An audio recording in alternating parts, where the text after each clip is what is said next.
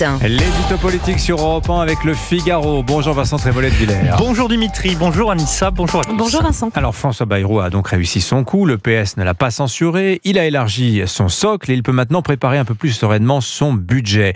Politiquement, qu'est-ce que ça vous inspire ? Ce matin, je voudrais avoir une pensée pour l'électeur de droite, Dimitri. Ce citoyen qui entend régulièrement, et même à ce micro, que la France n'a jamais été aussi à droite, ce qui n'est pas faux, et qui pourtant, depuis le mois de juin, va de déconvenue en déception. Après la dissolution, on lui a d'abord dit que la droite de la droite, celle de Jordan Bardella, allait gagner. Et puis au terme de contorsions électorales indécentes entre LFI, les macronistes et même une partie de LR, c'est le nouveau Front populaire qui est arrivé en tête. Pendant près de 2 mois, la fanfare de la gauche a tympanisé la France pour installer Lucie Castet à Matignon. Et au bout de 50 jours de torture mentale, Michel Barnier a finalement été nommé. C'était inespéré. La droite est de retour, a cru notre électeur pendant quelques jours, avant que le gouvernement Barnier ne décide d'augmenter les impôts, d'augmenter les dépenses, de renoncer aux économies et de faire de la surenchère sociétale.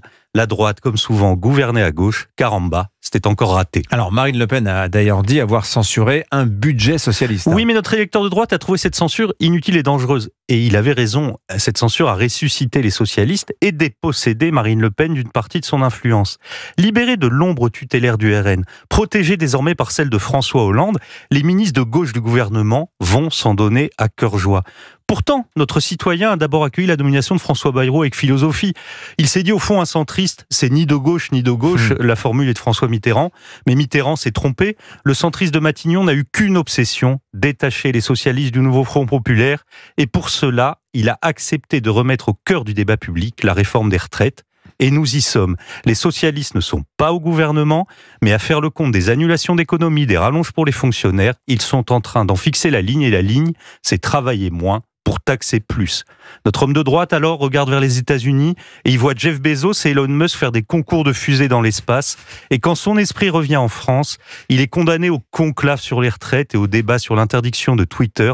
Avouez qu'il y a de quoi décourager Versailles et désespérer Boulogne-Billancourt. Bon, ces derniers mois, Vincent, sont quand même aussi ceux de l'émergence de Bruno Retailleau. Oui, et le ministre de l'Intérieur a fait un sans faute. Et dans cette histoire, il est désormais le dernier espoir de la droite. Mais maintenant que le barycentre est plus à gauche, maintenant que Bayrou a choisi la stratégie de ce que le RN appelait l'UMPS, maintenant que Laurent Wauquiez a juré de ne pas censurer quoi qu'il arrive, la situation de Bruno Retailleau est beaucoup plus inconfortable.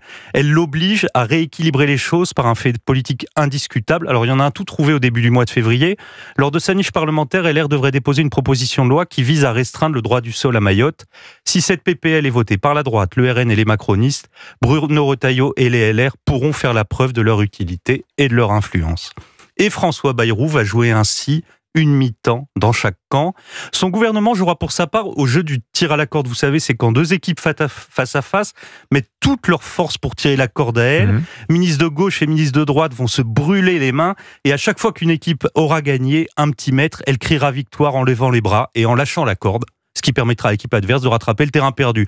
À la fin, le gouvernement n'aura pas bougé d'un pouce et la France fera du surplace, ce qui nourrira un peu plus encore le blues de l'électeur de droite. L'édito très visuel, l'édito politique ce matin de Vincent Trémollet-de-Villers sur Europe 1. Merci beaucoup Vincent.